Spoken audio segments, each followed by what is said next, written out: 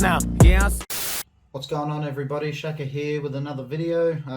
Back to uploading more how-tos. This build here is going to be off a Tappet. So this one's going to be a full build. Today we're going to be using a scythe gearbox. I've already JB welded the bushings in, just so we didn't have to wait for things like that. And I've also JB welded the rack. Now you might notice that there's 2 teeth missing. This one here, we're not going to be short stroking the whole lot. We're just going to be taking away these couple of teeth. You don't even have to take off teeth for a DSG, just lightening it up, yes, depending on what spring you're running and how crazy a motor you're running and things like that. But for this particular setup, we won't have to go too crazy to try and avoid PME along the rack, so that's perfectly fine to use. We're going to be using a M160 spring, no spacers, nothing like that. We're going to be using a SHS cylinder head, a SHS nozzle. So I might end up using this Warrantress rubber. We'll see how things pan out. It could end up with a new Aztec rubber, the new longer ones. The primary focus of this video is timing Tappet, so getting the Tappet right, talking about when it releases from the sector versus gel ball loading into the T-piece and piston firing, yada yada yada. Without further ado, let's get stuck into this video and see what result we get at the end.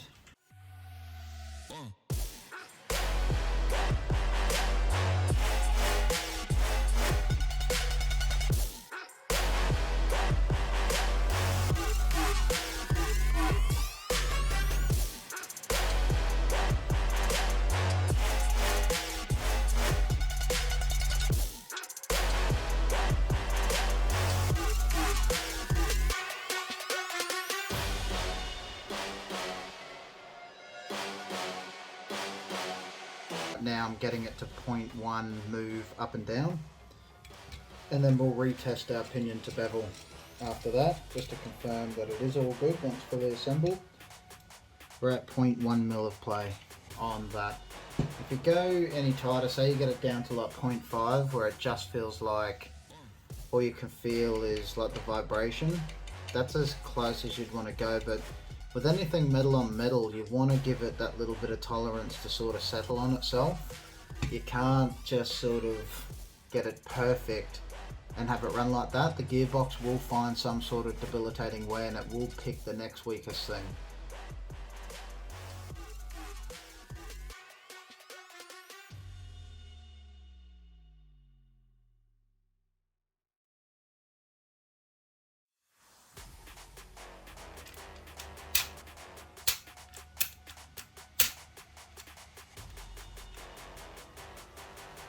So you can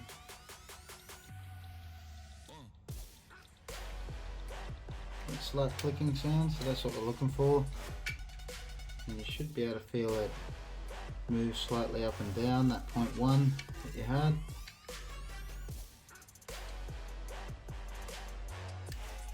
I wouldn't go any tighter than that. We've got nice movement on the motor there.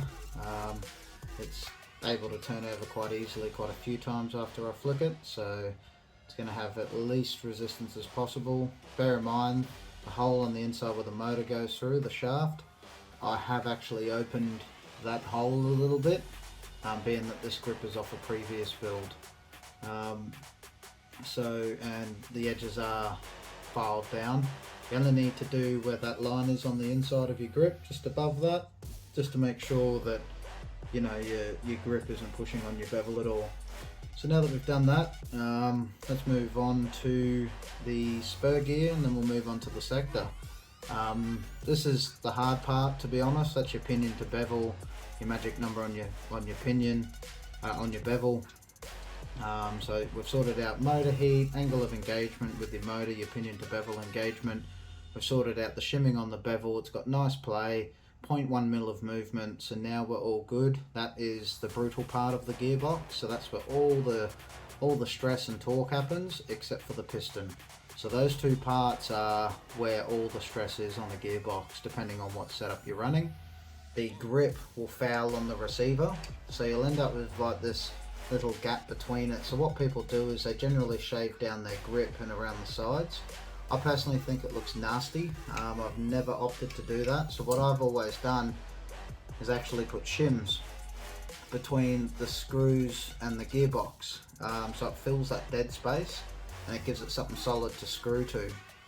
So what that does is it actually brings the grip down a little bit. So just be careful when you're doing that, because it will throw your pinion to bevel off again. Shaving your grip is probably the most common way, but when people are paying top dollar for a blaster, it just looks nasty. There are certain grips that fit other things a lot better.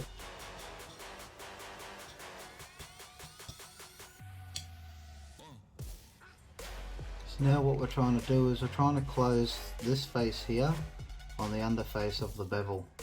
So we're trying to close it out on that part of the bevel that meets the spur and get it as close as we can.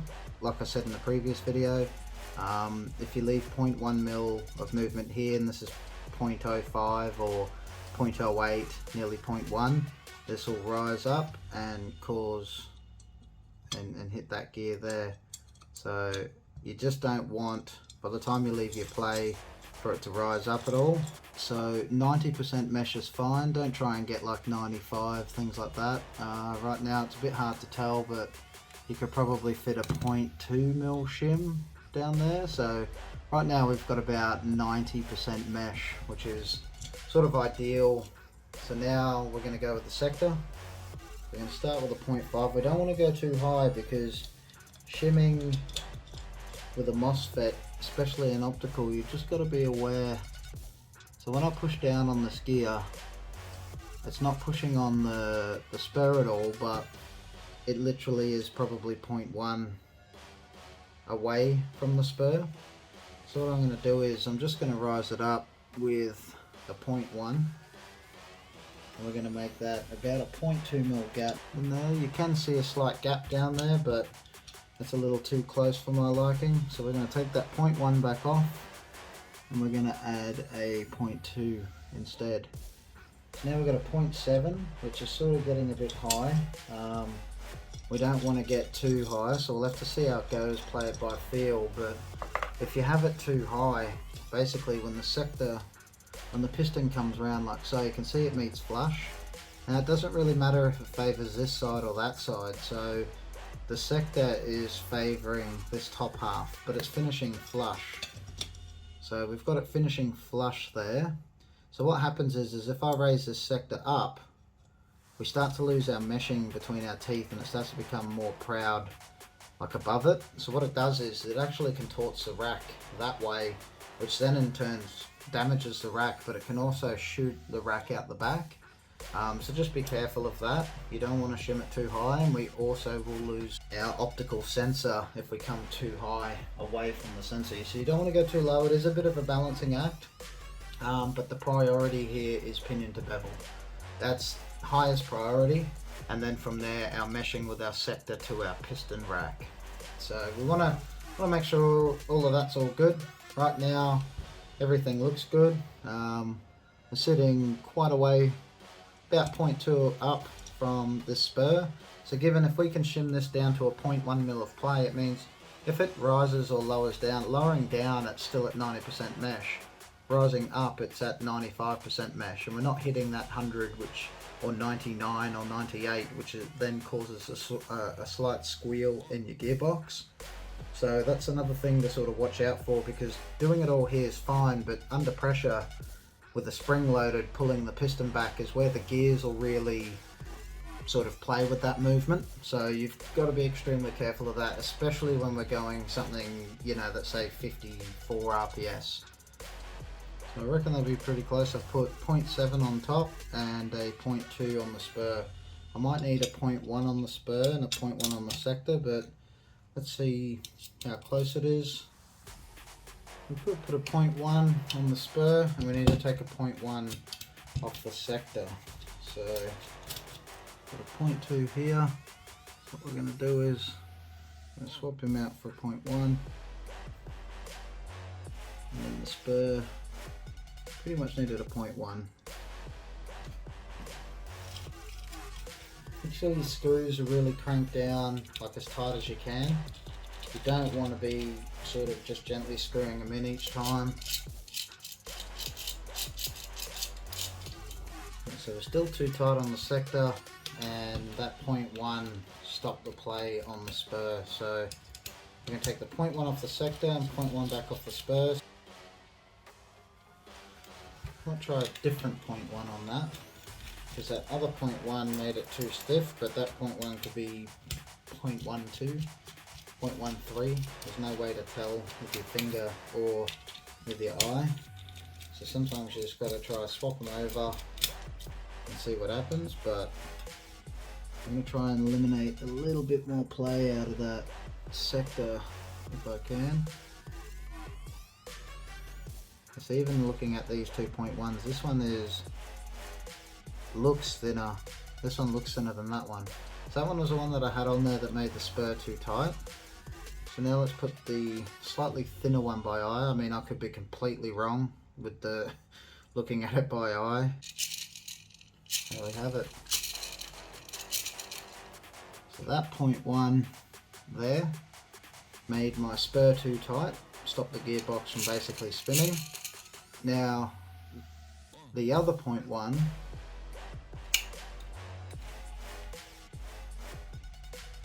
you can only just make it out.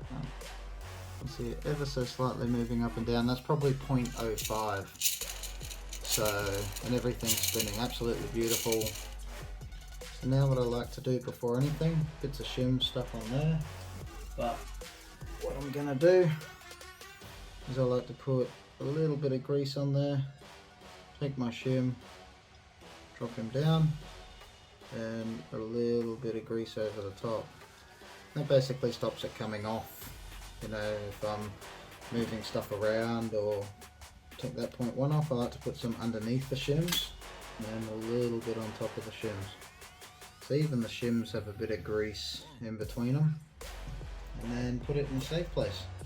Next up, we're going to install the Leviathan. So Leviathan time. Leviathan optical is by far the benchmark in the game. I can't stress that enough. I'm going to say it every video. Bluetooth, connects to anything, programmable with anything. You can program the shit out of this thing. You can send certain power to your mags for how long you send it to your mags. You can wire in lights and all these other goodies.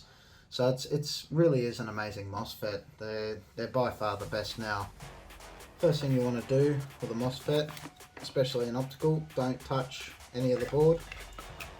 You can touch the outer edges. So the first thing you want to do with any MOSFET, especially Leviathans, Titans, things like that, is connect a battery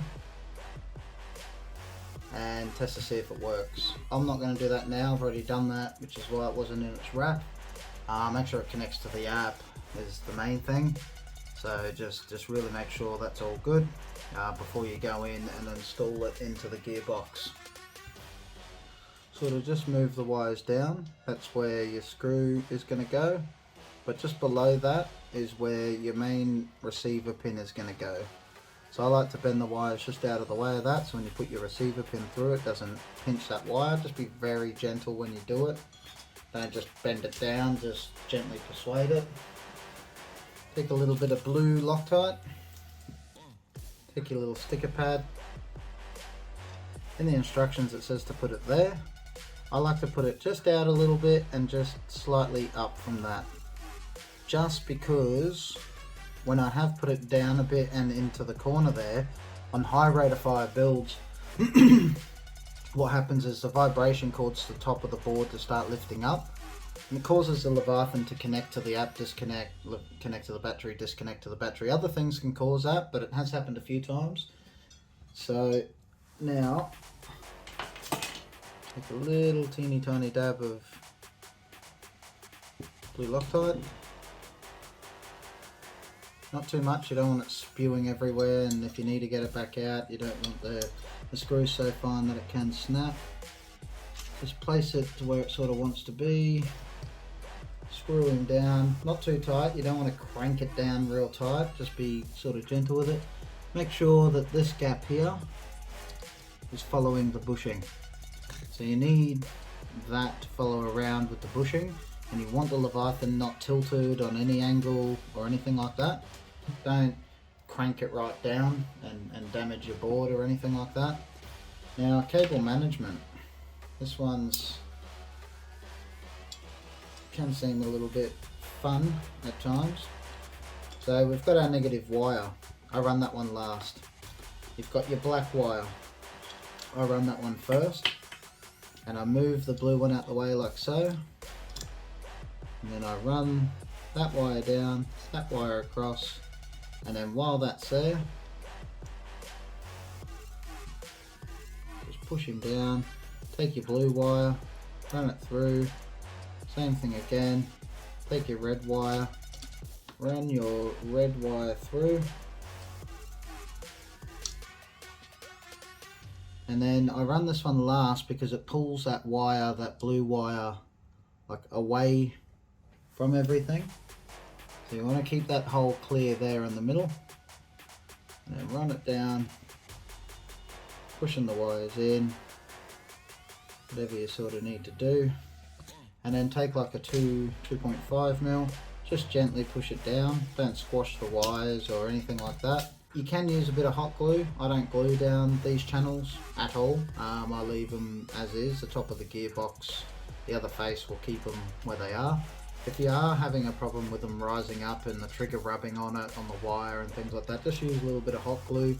I use a little drop of super glue. If you ever need to remove the MOSFET, acetone gets it off pretty much instantly. So a little drop of acetone, wait 10 seconds, and then the wire just lets go without any stress at all. So a little tiny drop of super glue, take like a little flathead, hold it down. So that's pretty much the Leviathan installed. Apart from soldering on your mag terminals, you're pretty much good to go from there. We are just going to stick with the Leviathan trigger for this one. It's just going to be easy. You can trim whatever trigger you want to use, just mimic the trigger they got. And before we go any further, cylinder. Make sure you hold it up in the light and look down. Look down all the inside for any sort of scratches. You want the surface to be quite smooth. So you don't want, like, even the slightest little scratch on the inside can cause your O-ring to leak. So now as we go along, we're pretty much going to make sure all our compression parts are good. So we've got a nice smooth inside cylinder for the O-ring to get a good seal on. We're going to check our seal on the cylinder head. And we're also going to check the seal on the T-piece on full stroke. So what we want is that nozzle to be pushed back just a little bit when we push our T-piece up against the gearbox. So we want to push our T-piece hard up against the gearbox, the same way it'll sit when it's in the receiver. Tap it all the way forward, nozzle all the way forward. We want it to push back on the nozzle ever so slightly. But then as we pull the nozzle all the way back, we want to drop a gel, full size gel. Try and find one of the bigger sort of gels in your bunch in your hand, because you don't want to go off the smallest one. But drop a gel down there and make sure that it scoots past the nozzle. That way you know you've got good feed going in and it'll release them fine. We've got a good seal because the nozzle is pushing hard up against the inside of the T-piece. First things first, we check the back. So this one, check the back of the cylinder head. So this one I can already start to pick up. So that's not good, because when our piston slams into that over and over and over again, it will come off. And that's the last thing you want in your blaster. So that was pretty easy to pick off. It's got some residue in here. So I like to scratch it up. Scratch it all up nicely.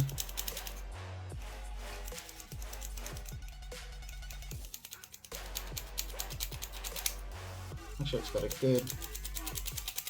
By the way, don't do this to your tools because it will round off your 2mm. I've got like 3 or 4 of these from buying so many. I wouldn't recommend it. Use a Dremel, just scuff it up, or like a little file or something like that. Don't use your 2mm like an idiot like me. And then we're going to make sure we've got all our residue off the back of here.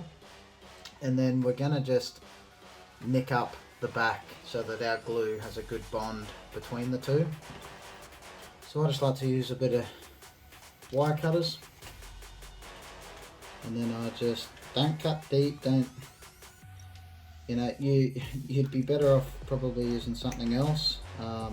Don't cut deep, you just want to cut the surface, because if you cut enough you will compromise the actual polyurethane pad itself.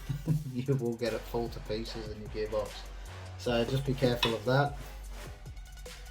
Now what we want to do is take a little bit of shockproof super glue, and we want to put sort of a nice sort of healthy amount on there. You don't want it coming back off. So we're going to put that one in there. Slip him back in. Sort of push down on it. Make sure it's in there nicely. And then what we're going to do, we check this nozzle shaft for like marks, scratches, dings, things like that. Because the last thing you want is your O-ring on your nozzle to travel up and down a rough surface or something. You will have air escaping through that. So because it's a DSG, we need treat every build like this, but especially on DSGs I normally use one-piece cylinders. I actually don't have any that are doable. They've either been ported or chopped up or something like that, just me being a dick, experimenting. But basically we're going to check. That looks nice and smooth. That's very good. There's a little bit of wear on the edges at the top here, but the cylinder head's still fairly brand new. It's had very minimal use. Actually don't have any bits on it from it lying around like me. Take some 1000 weight, run it, just put a couple drops and then sort of spread it around. Then on your nozzle shaft, just put some on there. Make sure you got no bits in there. Check the O-ring, make sure that your O-ring isn't sort of nicked or anything like that, because the O-ring could be shot from here. Don't use Teflon tape and things around your cylinder head. Use the correct cylinder head. You know, use different O-rings if you need to. I find the green ones, I actually used to get the cylinder head ones off Well cylinder heads. They're a little bit fatter than the black. This is an extremely tight fit.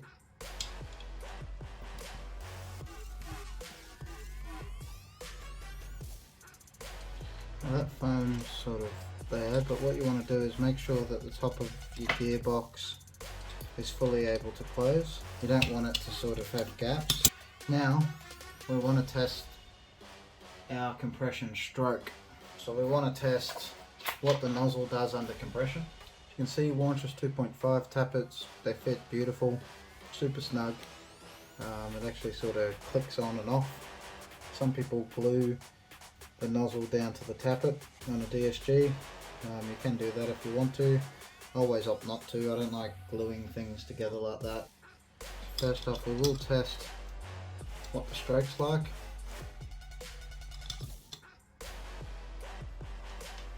So that's all the way back. This is just to see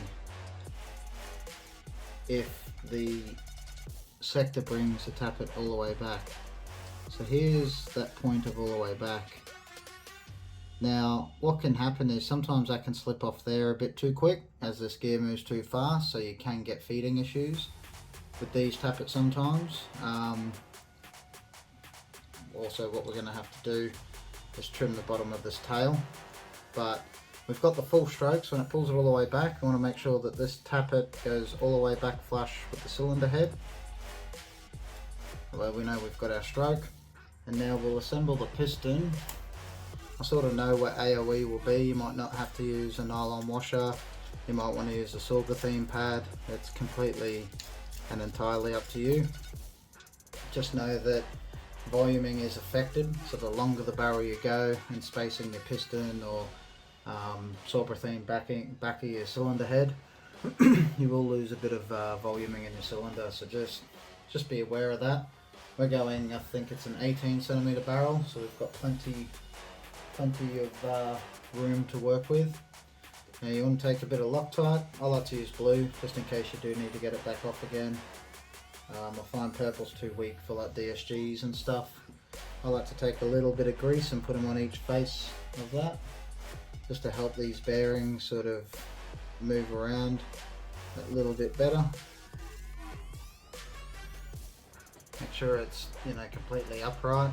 Just stand it on something flat.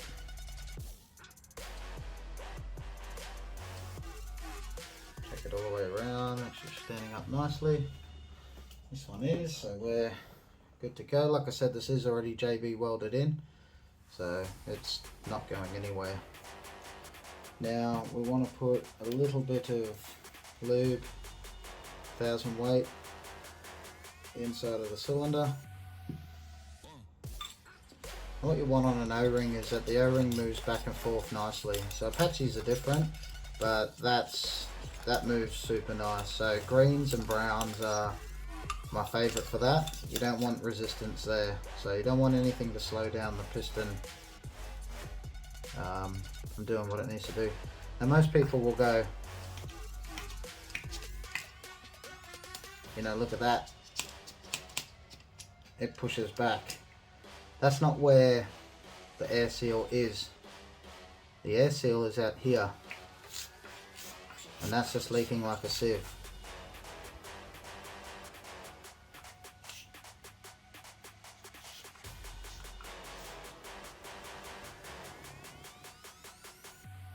So that tells me the O-ring isn't sealing properly on the inside.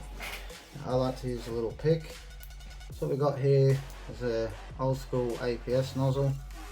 So we're going to take, not that it's ideal for this particular build, but it's all we've got to work with, unfortunately. Got to do what we got to do. I'll try not to damage it taking it out. Alright, so O-ring replaced. Let's see if that gives us a better seal. So now I can actually feel that O-ring slipping. It's got a good seal. We don't want too tight, but it's very nice. That is where your air compression takes place, is on the very end. So now we know that we've got maximum air seal in this unit and pushing all that air all the way through. So the only thing we need to do to finish off transferring that air down the barrel is make sure our rubber nozzle seals perfectly in the T-piece. So that's the next step. This is full ready to go. So from here we can test our piston. So we can see it just clears that tooth there. And it just gets picked up right around that sort of 12 o'clock. So there's our AOE. So you can see it's like a puzzle. This pickup tooth ever so slightly doesn't match up with that tooth. So if we bring it back, so it's like a jigsaw puzzle. So now it fits nice and snug. So all of that looks like a puzzle. So you want it to come round and pick it up like that. This case was like that, so we don't want that. Sorry, this case was a bit like that, so we want it like that. So we have to bring back our sector just to meet up flush with it. So now what we're going to do is we're going to talk a little bit about timing a tappet. For a Leviathan, I like to cut these little prongs off. You don't need them if you're running a Leviathan, and they could cause some form of rubbing, just friction, things like that. So we don't want that. I'm going to have to half chop that tooth there. So we'll half chop him on. You don't want to chop it all the way down, you want to do it just to the point where it clears, because the pickup tooth is the strongest tooth on the piston, and you need 2 points of contact all the way along. Take a little toothbrush or something, wipe out any excess shards. You don't want that shit getting in your gearbox. Testing AOE, I've got it all the way down, it's still clearing that tooth.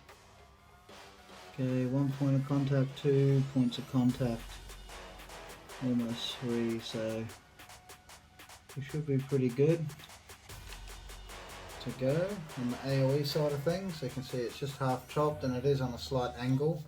It just helps keep as much meat on the tooth as possible. Now we've tested the air seal, we know that's good. Now we have to look at the timing. So the actual timing of the tappet itself, and you want to also test, make sure your tappet moves back and forth nicely. It shouldn't be stiff and hard to move back and forth. Alright, so we've got full pickup there, and as it comes down it's allowing the gel in and then releases. So it's fully released back to the resting before it's picked up here. So you see, as we cycle it round, gel loads in, nozzle loads forward, piston's just been released, last tooth there, so now piston's just released, nozzle snapped forward, and then it gets picked up again. But what we want to do is we want to allow, because that's spinning super quick, probably quicker than the return spring can pull this tappet back forward. So we don't want to trim too much off. Just trim him down just a little bit.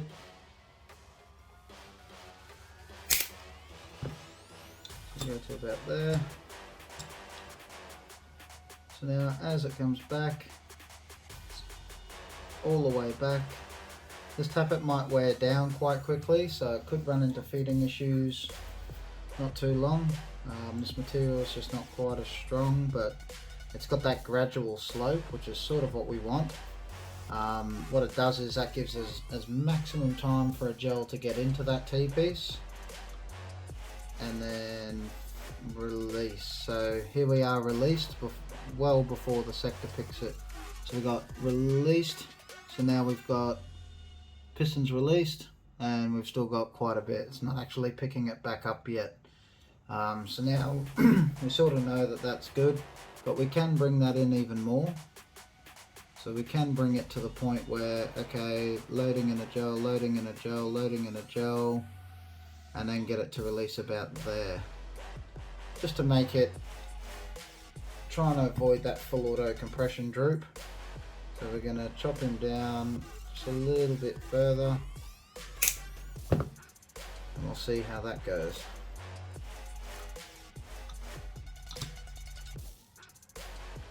So now we've got full pickup. So it's all the way back, and then boom, released. Piston's still coming back, released. So that's what we want. We want that to be well and truly forward before the piston is released, and that way we're allowing the gel to come up and in, nozzle to move forward and seal, piston to blow air down the barrel, transfer that air straight down the barrel. So we've tested all that compression. Sometimes you will need to fold return springs, so I've got a few here. This is an Aztec one. It's nice and strong, nice and stiff. Chrome silicon, so it's resistant to vibration, moisture being a big problem for gel ball. This one here is a SHS spring, nice and strong as well. This one here is an APS spring. So this one here is super tight. They're very strong. They snap back into place pretty damn quickly. But for this one here, we might go the SHS for this one. So just to switch it up and try something different. I normally run one piece cylinder, Warrantress 2.5, Tappet, yada yada yada. But this time we're going to go something a little bit different, just to mix it up. Just because it gets boring doing the same thing over and over again. I'm moving all the way down. We want to see that snap forward, just like so. Now you'll find if you've got a compression droop on full auto, you can take a coil here, bend it down, coil here, bend it down. So I'm going to do that anyway before we go into that, just so I don't have to pull it back out just to do that. And I like to take these, grab it on the coil, and then just sort of bend it down, bend it all the way down. You don't want to go too strong on the return spring because it will pull the nozzle forward before the tappet has a time, before the gel has enough time to feed through. It's not the prettiest, but she'll do. So now before we sort of get to closing the gearbox, and then we'll do our rubber after, just make sure everything's lubed. So we want to check and make sure that everything has a bit of lube on it. That'll lube up the nozzle. lube up your cylinder. Don't want crazy amounts, but you want sort of a generous coat, nothing mental. A little bit of grease on the bottom, don't want too much being optical. I'll grease him up with a toothbrush. So I prefer to put just a couple little drops on there and then just toothbrush it up and in. Make sure you get it in between the teeth.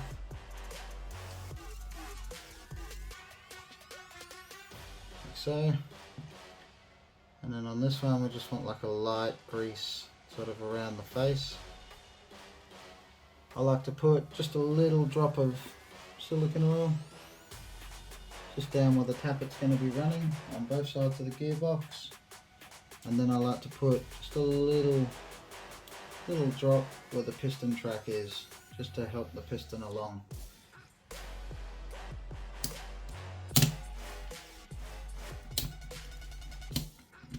Like that, bend him all the way down, make sure she really snaps back into place, which is good. All we need to do is install our trigger and our anti-reverse latch. A little bit of blue Loctite so your trigger doesn't adjust on its own.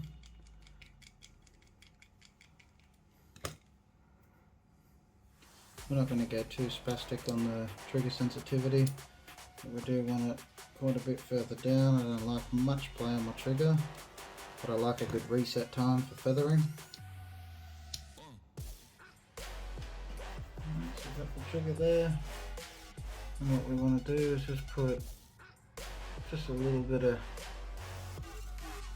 grease on your tappet.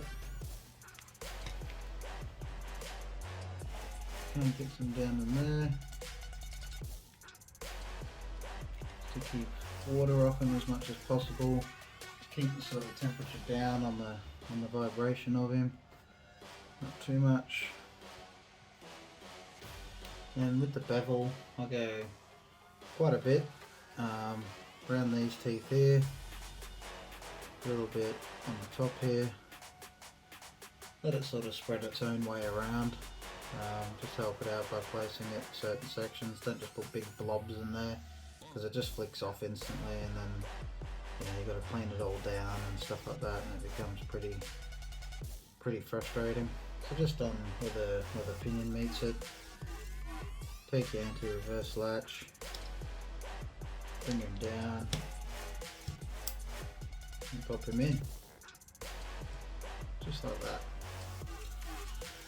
So now we are pretty much good to go together. We've got our trigger in, Leviathan's in, we've tested the Leviathan, we've got our pad here, return spring hooked up, tappet's been trimmed, so we should hopefully see AOE's been corrected, polyurethane pad's been glued back down on the back of the cylinder head, O-ring's been changed in the nozzle. We got that good seal on full extension or low. Cylinder head's extremely tight in the cylinder, which is good for non-Apache on a DSG. So now we want to put the gearbox together.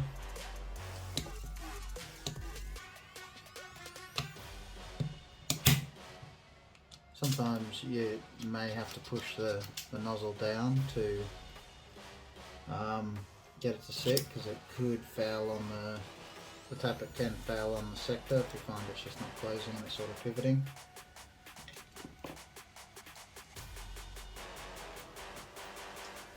I like to put just a little drop blue Loctite on the 3 main compartment screws.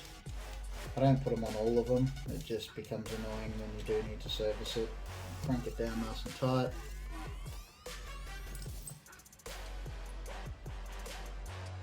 Again, a little drop of blue, go on here,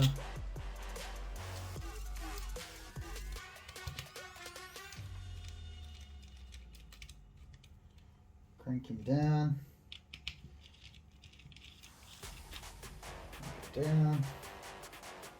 got a little teeny tiny drop of blue, You don't have to, I just don't want the sticker moving around under any circumstance. Pin the black down over that side by about 1 mil. Overlap, the black's overlapped. Got our black side, make sure it's all the way down. Got our black side and we've got our white side. So we've got full auto on the white, semi in the middle, safe on the black. So now we will load in our M160. This part can be pretty dangerous. I suggest using something narrower than that there. So like one of these, that way it can't come out, and then getting a good sort of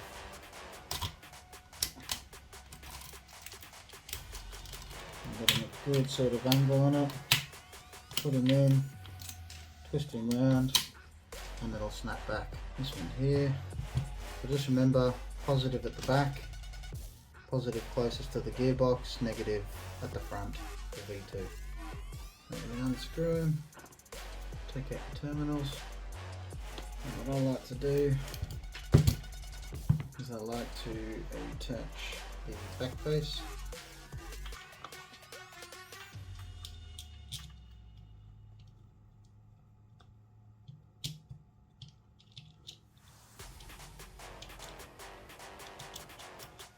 Doesn't have to be crazy, just sort of where you want it. Then cut it. This is just with these terminals, other ones are different. I use different sort of techniques for other ones, but this one here, all you want to do is just make sure that it's just past the far point, so that when you fold it back down the way that it's run from factory, it's a nice snug fit. About that. Let's try a little bit more off that one. You don't want to yank on these, but I just like taking the end, doing a couple snips, pull the end off. You can use those wire strippers, sorry. You can use the wire strippers, but mine have done that many. They're blunt and they just sort of yank on the cable. And then twist the ends nice and tight, and then sort of just bend them up a little bit, make sure they're still twisted on the ends, tee them up, just put some on the top, grab some more, put it on the bottom, and hit the whole lot up until you see it suck through. So we've got a nice healthy blob on there. Now we've got our wires tinned, take our terminal,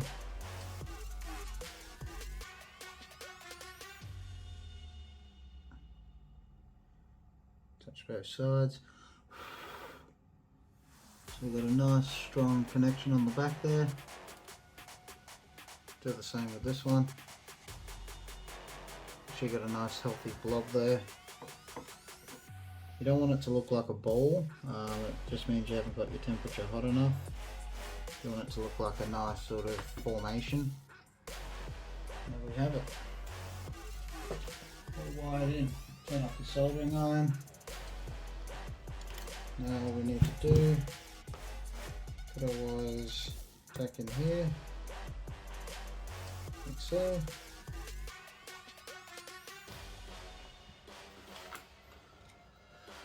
Now some people may want to screw a grip to this and let off a couple shots. That's perfectly fine to do.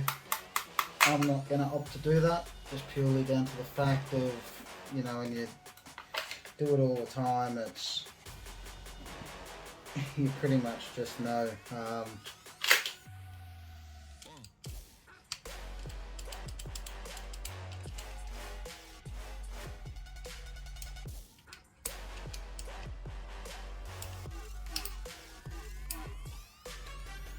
Alright, so now we can put the grip on. Make sure your receiver pin stays in.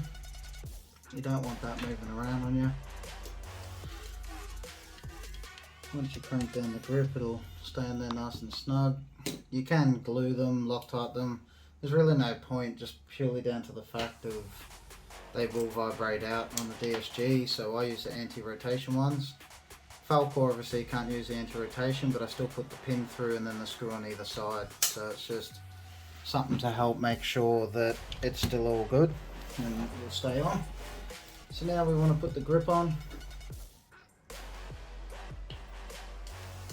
Make sure you screw your grip down all the way to the point where the screws tighten right up and you can't tighten them up anymore.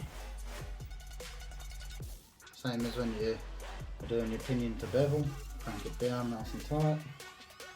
You don't want it coming loose or having a different feel to it. So 2 channels. Most grips have 1 channel where that screw goes down the side. Both wires run up that side. Some grips you can run wires up either side. I don't like doing that. One, if I run a Leviathan wire up this way, it becomes way too hard to try and tuck him in. So I like to fold it,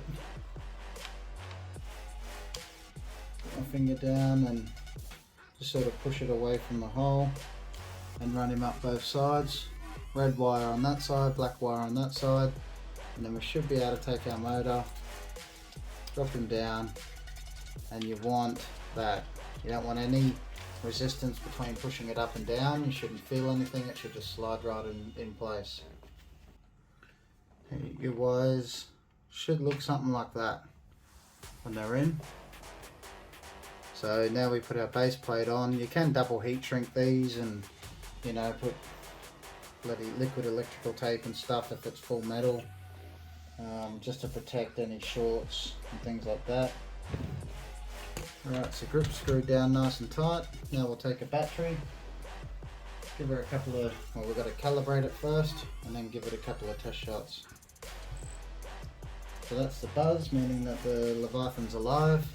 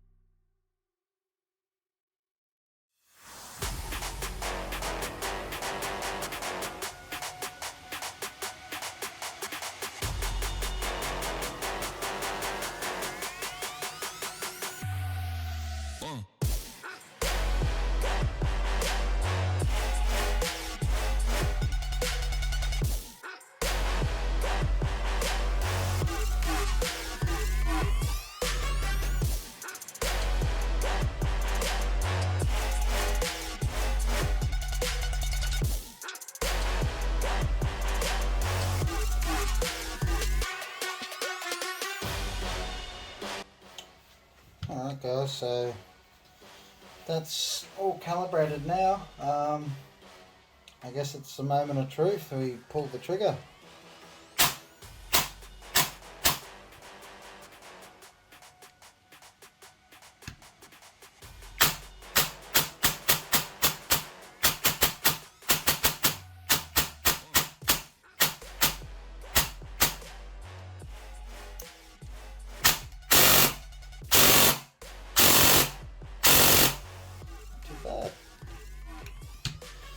So now that we've done our little test,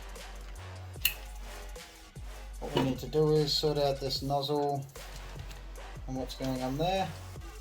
So I've just trimmed the nozzle down a bit, and I'm going to run with the extra long, super hard as a Warntress rubber. There's the new Aztec rubber, so the Aztec rubber is a longer one.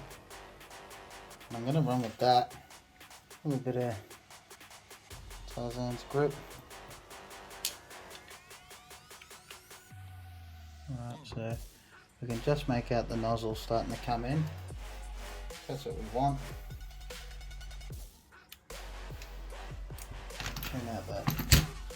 So that's the Aztec rubber on there now, SHS nozzle.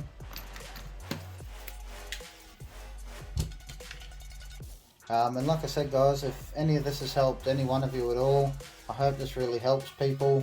I hope that a lot of people are more confident to tackle their own build after seeing this. I will be doing quite a few more Tappet builds, but I haven't done one in quite a long time, so I thought, you know what, why not make a full how-to video of how I get it all to seal. So basically, I know that this nozzle strokes forward enough. The camera actually stopped recording for some reason when I walked away, but come back, nozzle being all the way out, T-piece, it just squished up against it. Now this nozzle comes all the way back, basically just missing the feed tube, so it should allow a gel in. We've done the timing, we've done the tappet, we've done everything in there. So if this video helped you guys at all, if it gave you any inspiration, or if it gave you any ideas, or if it helped you at all, or if you don't agree with it, or whatever you feel about all the tips and tricks that I've given in this video, I really hope that it helps somebody out or helps a few people out. If you like this video, please like, comment, share it to people who might need a hand in building something. Same sort of principle goes, different gearbox, doesn't really matter. Slightly different things between each one, but this is just a general sort of go over of, you know, we haven't even spoke about voluming or anything like that, so, or efficiency through torque and spring size and yada yada yada. So we're going to go over all of that separately in another video. Yeah guys, if you liked it, please like, share, subscribe, give it a thumbs up, you know, pew that like button, and I'll catch you guys on the next one. Cheers.